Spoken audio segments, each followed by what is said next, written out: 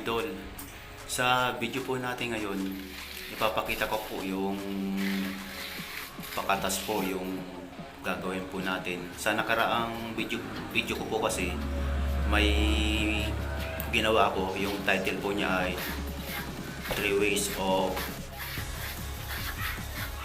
perform pakatas. Ibig sabihin po, kaya naging tatlong paraan po siya. Minsan po kasi kagaya po niyan, makinis na siya. Yung iba po kasi pag medyo matigas na, nagkakaroon po ng ng mga butas-butas. Kaya kailangan pong pakinisin siya. Then kapag sobrang tigas na, kailangan po natin ng tubig para po medyo kuminis yung Kaya nagiging tatlong paraan po ng pakatas.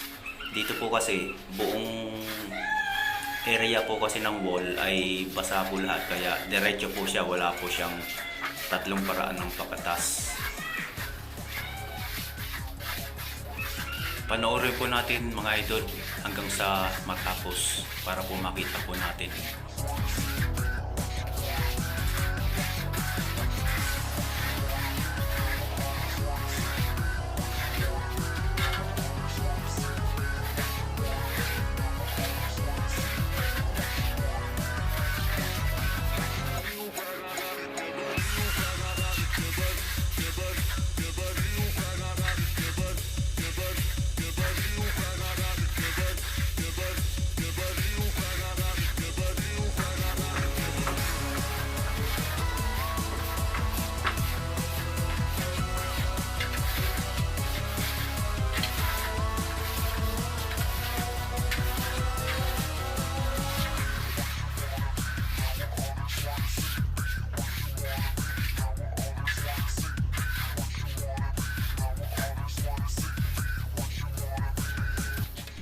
Ayan po mga idol, tapos na po siya, medyo basa pa po siya, kaya ang kailangan po natin gawin, patuyuan lang po natin ng konti, saka po natin babalikan para medyo mas maganda po yung pagkakakinis niya.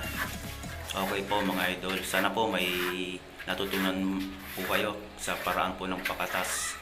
Yung pakatas po kasi, ginagawa po yan kapag yung mismo pong may-ari ang may request, lalo na kung nagtitipid sila, ayaw na nila ng puruhan pa o ayaw na nila ng mas magastos pa, kaya pinapakatas nila diretso pintura na lang po.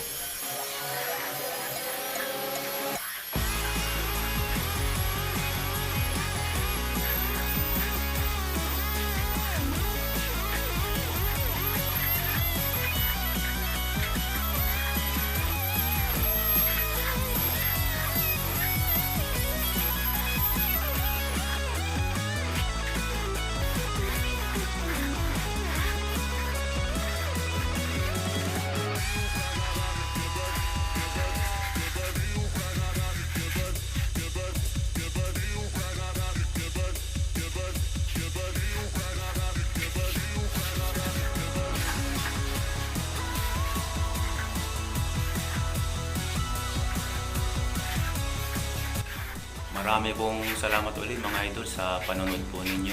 Sana po supportahan nyo po yung YouTube channel ko. Marami pong salamat ulit.